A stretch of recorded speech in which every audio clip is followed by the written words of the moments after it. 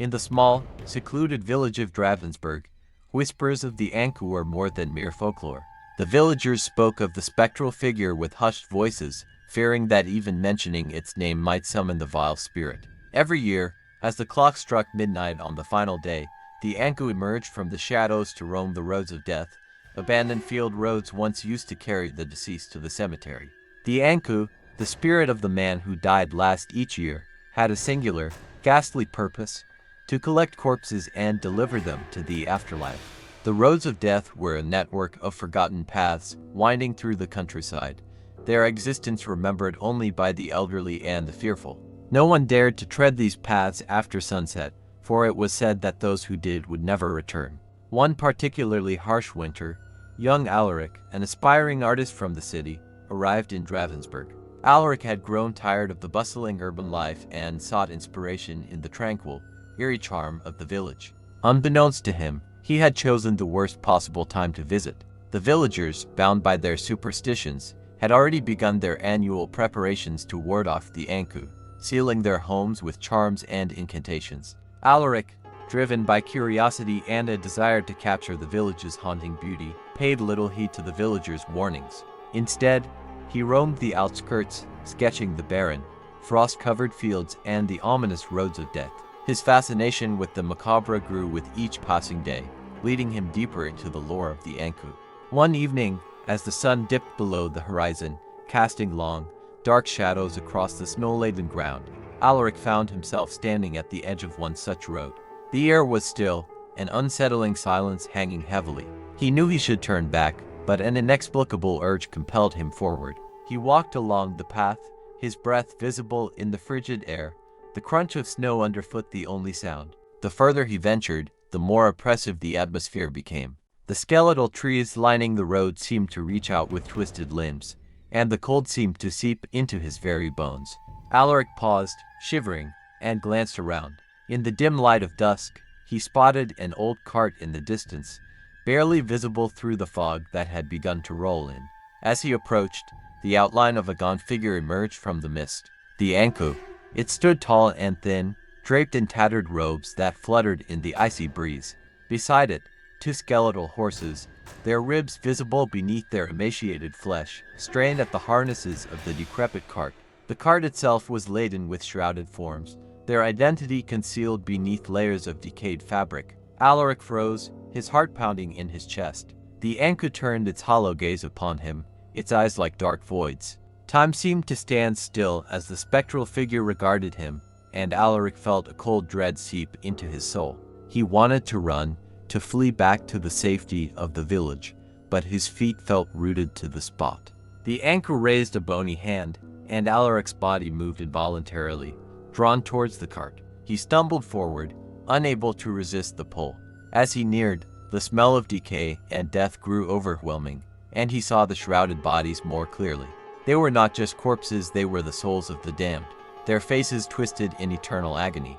With a sudden, jarring motion, the Anku spoke, its voice a chilling whisper that seemed to come from all around. "You are not yet among the dead, but you have seen what you should not. The roads you tread are not meant for the living." Alaric's mind raced, trying to comprehend the situation. "I didn't know," he stammered, his voice barely audible. "I was just curious." "Curiosity has a price," the Anku intoned. "And now, you must pay it." The skeletal horses neighed, their hollow eyes reflecting a malevolent intelligence. The Anku gestured again, and Alaric felt an icy grip around his heart. His vision blurred, and he collapsed to the ground, the cold seeping into his very soul. When he awoke, he was no longer in control of his body. He stood beside the Anku, his limbs moving as if controlled by an unseen puppeteer. The cart now seemed impossibly vast, filled with countless souls, and Alaric knew with a growing horror that he was to join their ranks, an eternal servant of the Anku. As the midnight bell tolled, signaling the end of the year, the Anku began its grim procession once more. Alaric, now a ghostly figure himself, walked alongside the cart, his spirit shackled to the roads of death. The villagers of Dravensburg, sensing the Anku's passage, bolted their doors and whispered prayers, hoping to keep the vile spirit at bay. And so, the Anku continued its endless journey, collecting the souls of the damned and the curious alike, forever bound to the roads of death. Alaric's tale, though unfinished, served as a dire warning to those who dared to ignore the ancient legends of Dravensburg. Yet, somewhere in the back of Alaric's mind, a spark of hope remained. Perhaps, he thought, there was a way to break the curse, to escape the Anku's grasp. But for now, he walked on, a ghost among ghosts, ever searching for a way to end the eternal nightmare. In the depths of the night, as the Anku's chilling procession wound its way through the village of Dravensburg, a lone figure watched from the shadows. Hidden beneath a tattered cloak, her eyes gleamed with a fierce determination as she observed the spectral entourage pass by. Lyra, a young woman with a spirit as unyielding as the ancient oaks that surrounded the village, had long harbored suspicions about the true nature of the Anku.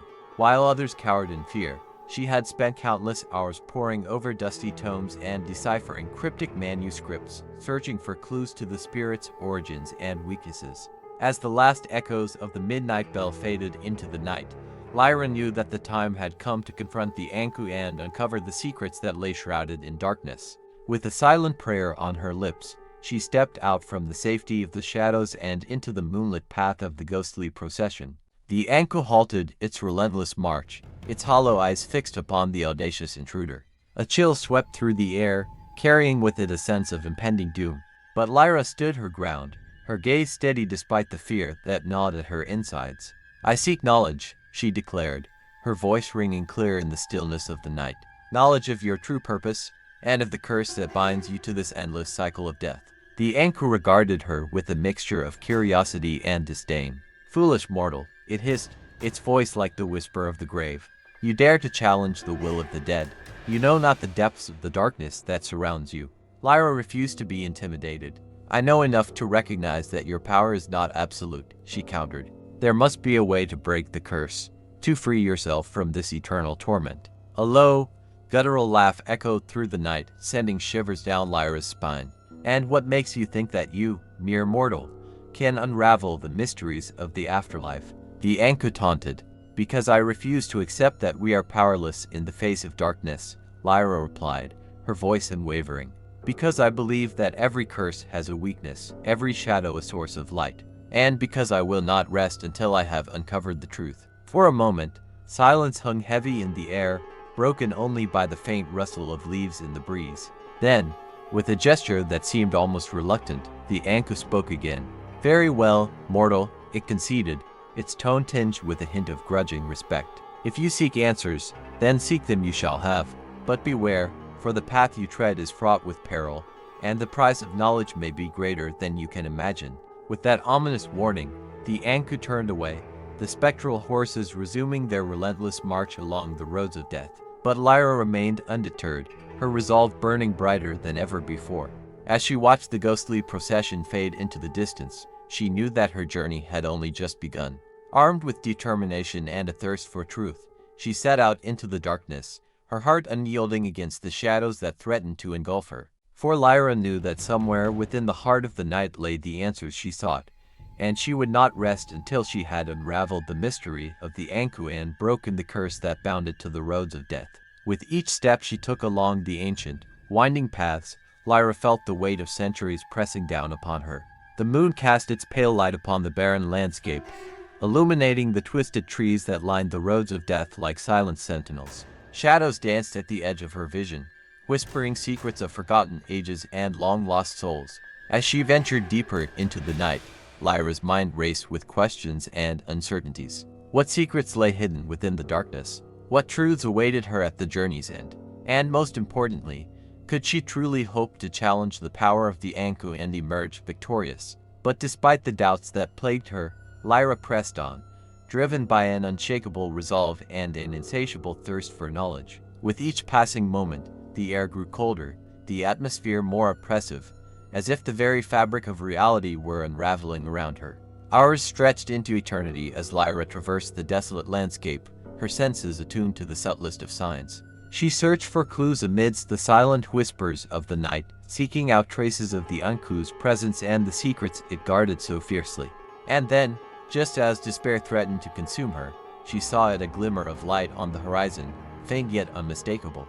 With a surge of hope in her heart, Lyra quickened her pace, her footsteps echoing against the frozen ground. As she drew nearer, the source of the light revealed itself a crumbling stone mausoleum, its weathered walls adorned with ancient symbols and faded inscriptions. It stood alone amidst the darkness, a beacon of promise amidst the desolation. With a sense of both trepidation and excitement, Lyra approached the mausoleum, her pulse quickening with each step. She pushed open the heavy stone doors and stepped into the darkness within, the air heavy with the scent of dust and decay. The interior of the mausoleum was a labyrinth of winding corridors and hidden chambers, their secrets waiting to be uncovered by those brave enough to seek them out. Lyra moved cautiously through the darkness, her senses on high alert as she searched for any sign of the Anku's presence. And then, in the deepest recesses of the mausoleum, she found it a chamber bathed in an eerie blue light, its walls adorned with intricate carvings and arcane symbols. At the center of the chamber stood a stone pedestal, upon which rested a single, ancient tome bound in faded leather. With trembling hands, Lyra reached out and opened the tome, her eyes widening in astonishment as she beheld the words inscribed upon its pages. They spoke of forgotten rituals and forbidden knowledge, of a time when gods and mortals walked the earth as equals. But amidst the cryptic passages, one truth shone clear, a way to break the curse of the Anku, to banish the darkness that had plagued the village of Dravensburg for centuries. With a newfound sense of purpose burning within her, Lyra committed the words to memory, knowing that she held the key to unlocking the secrets of the Anku and freeing the souls trapped within its grasp. But as she prepared to leave the chamber and embark on the final leg of her journey, a chill swept through the air, and the shadows stirred with a newfound intensity. For in the darkness beyond, something watched and waited, its malevolent gaze fixed upon the intrepid seeker who dared to challenge the power of the Anku. And so, as Lyra stood on the threshold of destiny, she knew that the true test of her courage and determination was yet to come. For the road ahead was fraught with danger and uncertainty, and the fate of Dravensburg hung in the balance. But armed with the knowledge she had gained and the strength of her indomitable spirit, Lyra was ready to face whatever horrors awaited her in the heart of the night. For she was no longer just a mere mortal, she was a seeker of truth, a champion of light in a world consumed by darkness. And with that solemn vow echoing in her heart, Lyra took her first step into the unknown, her journey far from over, and the mystery of the Anku still looming large on the horizon. As Lyra ventured forth into the depths of the mausoleum, the air thick with anticipation, she carried with her the weight of centuries and the hopes of those who had come before her. Each step brought her closer to the heart of the mystery, closer to the truth that had eluded the village of Dravensburg for far too long.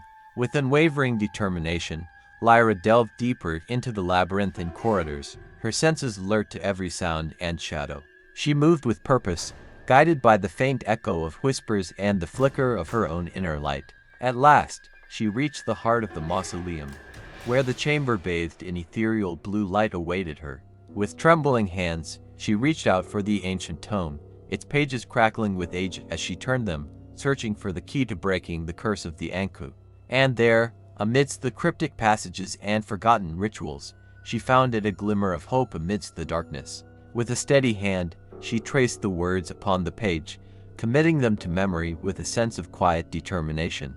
Armed with the knowledge she had sought, Lyra emerged from the depths of the mausoleum, her heart filled with resolve and purpose. She knew that the road ahead would not be easy, that the path to freedom would be fraught with peril.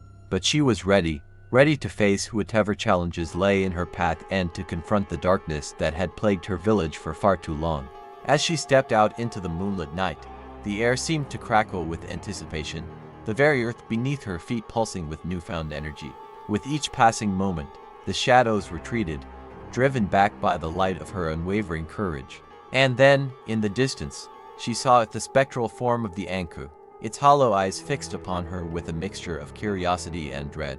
But this time, Lyra did not falter. She stood tall and resolute, her spirit unbroken by the darkness that sought to engulf her.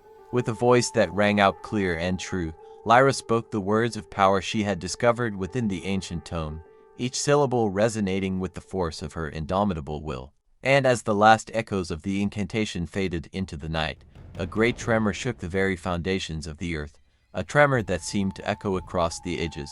And then, in a blinding flash of light, the curse of the Anku was broken, its malevolent grip on the souls of Dravensburg shattered forever. The villagers emerged from their homes, their faces alight with wonder and awe, as they beheld the dawn of a new era, a era free from the shadow of death. And amidst the jubilant celebrations, Lyra stood as a beacon of hope, her courage and determination inspiring all who beheld her. For she had faced the darkness and emerged victorious, proving that even the greatest of curses could be overcome by the power of love and light. And as the sun rose on the horizon, casting its golden rays upon the village of Dravensburg, Lyra knew that her journey was far from over. But with the knowledge she had gained and the strength of her unwavering spirit, she was ready to face whatever challenges lay ahead, secure in the knowledge that no darkness could ever extinguish the light of hope.